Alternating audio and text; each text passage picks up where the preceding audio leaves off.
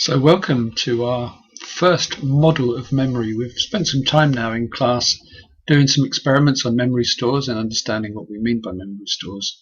And now we're going to look at our first picture of memory as a whole, trying to explain how memory works. It's put together by Atkinson and Shiffrin in 1968, and it really forms the basis of all the research and everything that's been done since. So it's a very, very historically important model. Finn Moxon asked me if I planned to improve on the production values of my videos. For anyone who's not a media student, what that means is he was asking me if there was any way they were going to look slightly less cheap. So if you have a look here, there's a blue stripe running down the side to give it a bit of decoration. I hope that does it for you, Finn. Okay, so we're looking first of all at the big picture of how memory works, and it's trying to explain the whole process. How do we go from hearing something, Caracas being the capital of Venezuela, for example, how do we go from hearing that once to actually having it in long-term memory? And the multi-store model tries to give the full big picture of that. In the model, we will see some stores, we'll see some processes, and it's really important for you to understand what the stores are like and be able to describe the stores, and also to be able to describe the processes that mean that a piece of information can go from one store to the next and eventually end up in long-term memory. Okay, let's get kicked off.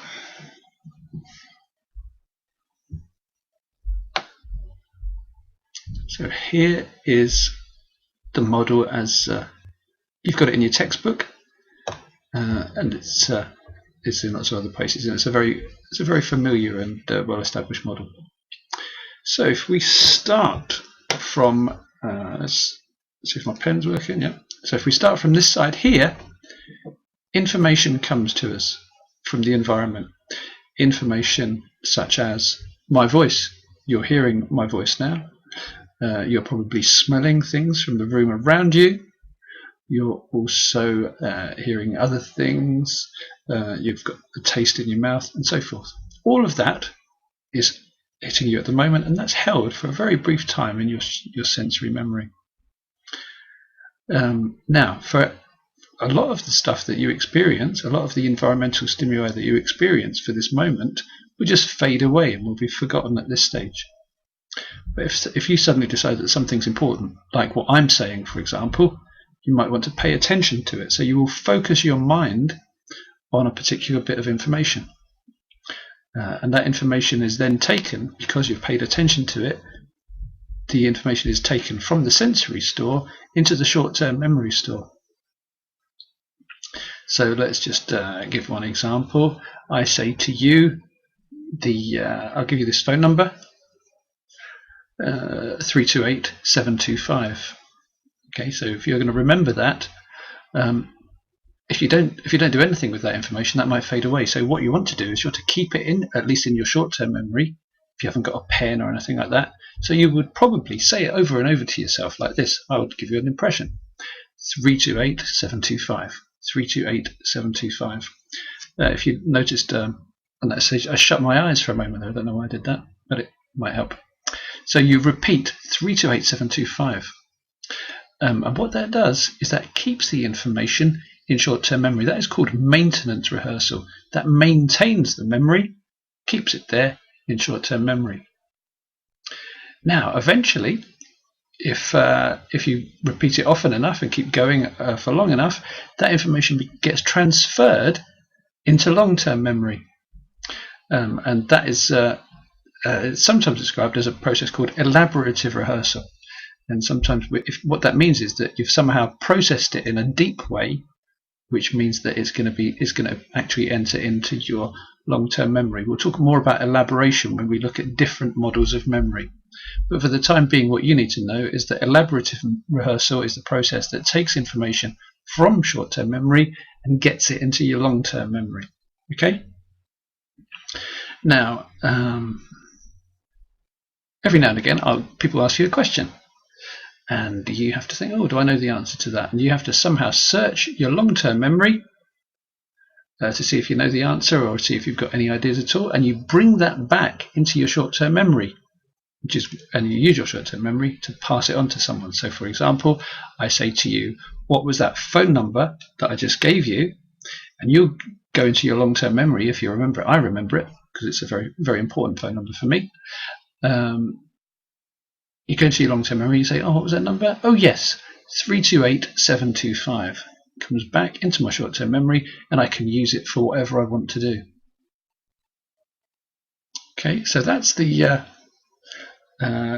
basic situation of the that's the basic outline of the multi-store model of memory. So let's have a look in a little bit more detail at the different features. I don't think I've got anything hidden under here actually. Let's have a look.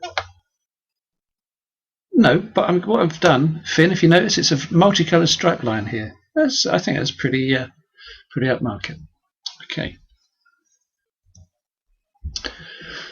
So, thinking about the key features, these are the important things that you need to know about the multi-store model. Okay, so we've got three types of memory, and the model describes them as memory stores. You're familiar with these three ideas. We've already looked at those a bit. We looked at sensory memory, short-term memory, and long-term memory. And an important thing about this model is it says that anything that you do remember, anything that ends up in long-term memory, has gone through the other two stores.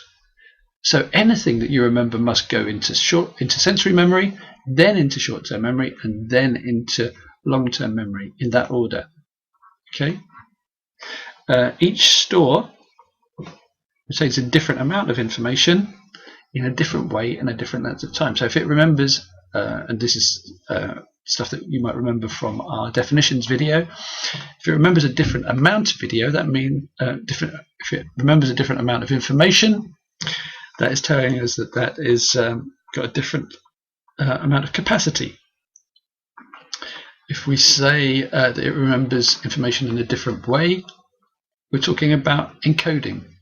For example, we talked about short-term memory encoding in a mostly acoustic form. We remember things as sounds. We also remember that information is recorded or remembered for a different length of time, and we call that duration.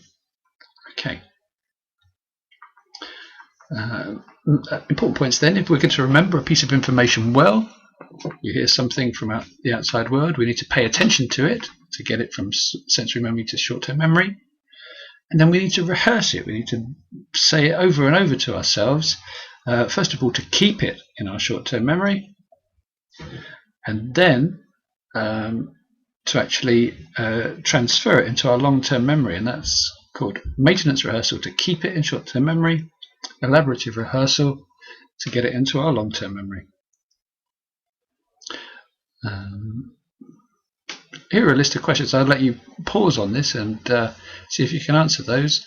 You should be able to answer those from the Cornell notes that you would just have taken.